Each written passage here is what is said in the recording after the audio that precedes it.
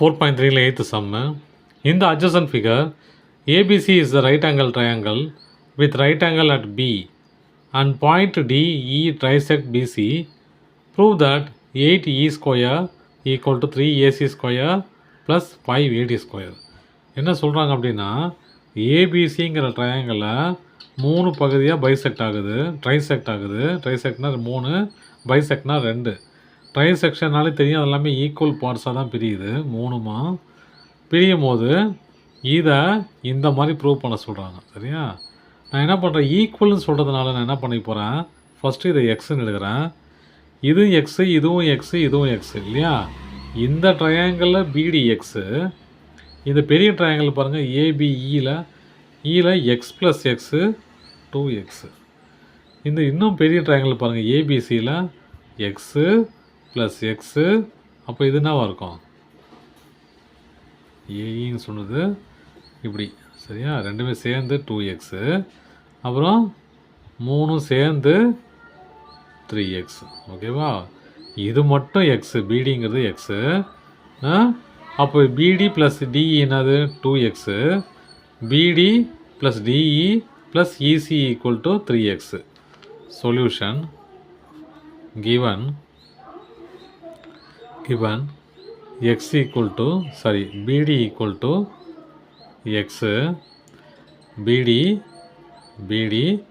plus DE equal to 2x, BD plus DE plus EC equal to 3x. ஏன்னா 3x, அப்போ BDயும் ஒரு x, DEயும் x, DE equal to x, அப்புறம் DE equal to x, அப்புறம் ECங்கிறது x.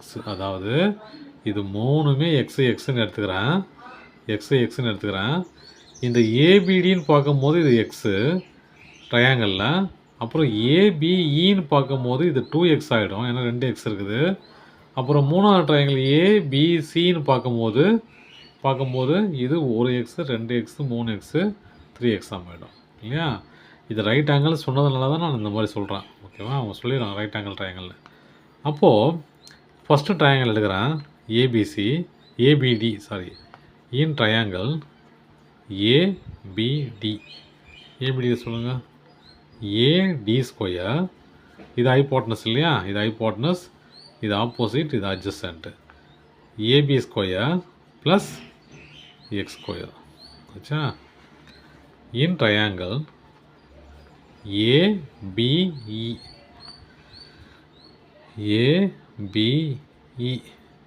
இதில் AE தான் hypotenuse இல்லையா? இது ஹைபோட்டனஸ் ஆய்வு.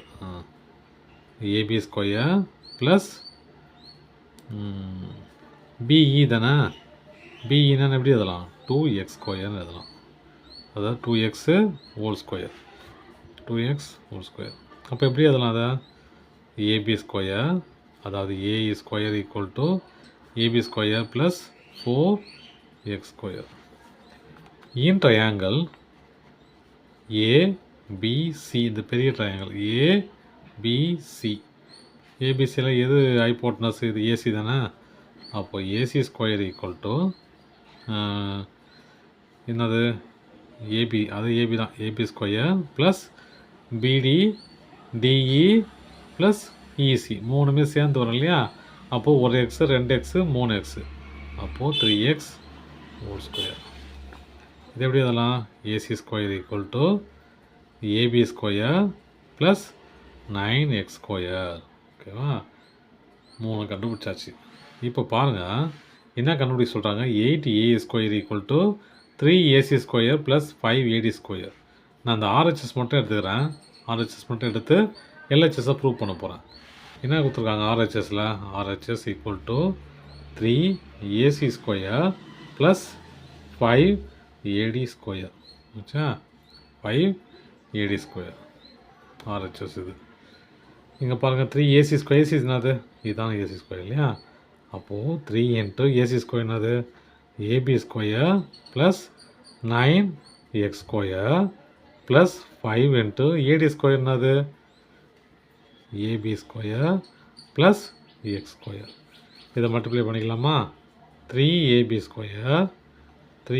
square plus 27x square plus 5ab square plus 5x square.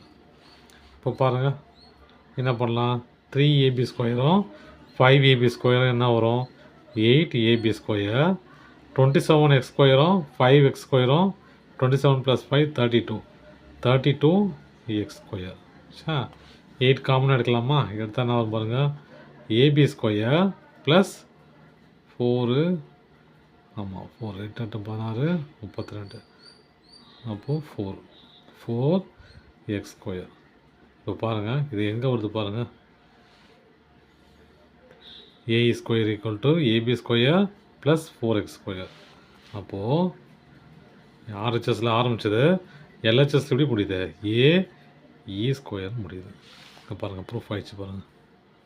ஓகேவா, அவ்வளோதான் சொன்னேன்.